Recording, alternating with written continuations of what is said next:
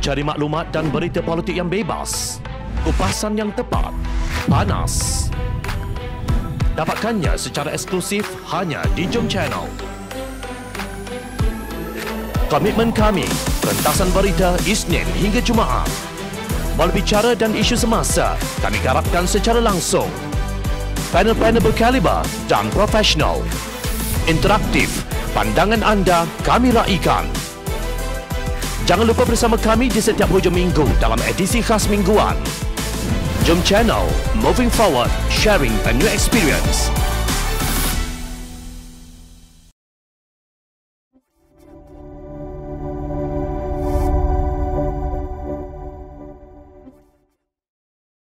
Semasa dia menjawat jawatan itu dan dia menerima pelantikan itu, tidak ada asset declaration yang seperti mana yang sepatutnya. So ini dah itu pun sendiri pun dah jadi tak betul. Tak betul. Ataupun ada asset declaration tetapi dia tak umumkan, dia tak istiharkan yang aset saham ini yang atas nama dia dan dia tak umumkan. Itu pun satu kesalahan. Betul. Lalu macam mana ni? Ni saya rasa memang susah untuk orang nak pertahankan. Betul. Dan dia punya justifikasi bahawa ini adalah adik dia punya lah apalah. Itu pun nak kena check. Adik dia dapat duit dari mana? Lawak lah kan? Itu memang lawak lah. Memang cara penjelasan yang terlalu mudah dan boleh diterima oleh pegawai-pegawai atasan SPRM ni yang dia punya timbalan-timbalan dia tak munasabah. Menteri lagi pula, teruk lagi. Boleh terima macam tu saja. Puas hati WB. Puas hati. PAS pun puas hati. Itulah tu. PAS ni pun parti yang senang puas hati. Ni dulu saya kata lah lembu kenyang. Sekarang ni ada orang kata jangan kata lembu kenyang. Ada orang marah kata ular sawa kenyang. Ular sawa kenyang. Pun tidur je kan. Okey, saya kongsikan sikit fakta. YB cakap tu sangat menarik pasal pemilik atau depository account saham.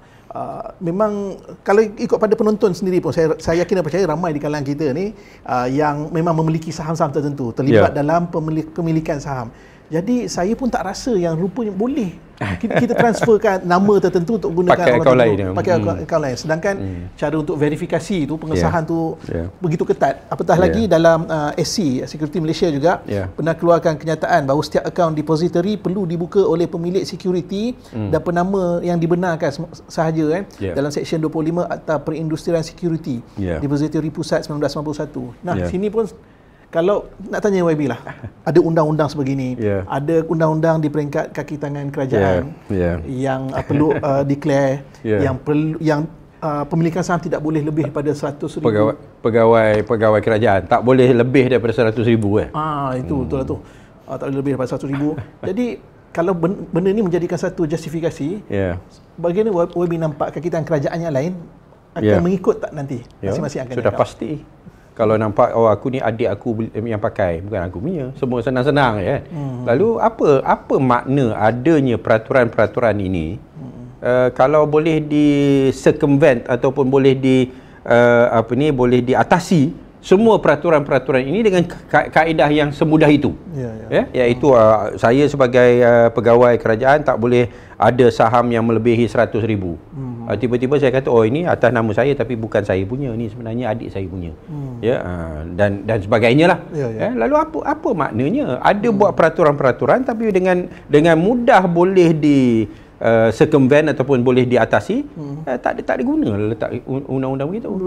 Bursa saham pun sebenarnya ada keluar kenyataan, dia kata dia akan temu ramah Datuk Azhar Baki tentang kes ni, kerana apa yang dia kata dia buat itu sebenarnya dah bercanggah dengan peraturan. Itulah tu. Tapi dia kata dia buat ni adik dia gunakan akaun dia ikut peraturan, tak boleh. Tu yang macam mana kita betul. Dan bagaimana pula YB melihat sekarang ni SPRM dah nama pun Suruhanjaya Pencegahan Rasuah. Dengan keadaan seperti ini, apakah kesannya pula berbalik pada topik kita untuk masa depan negara dan kesan kepada masyarakat umumnya?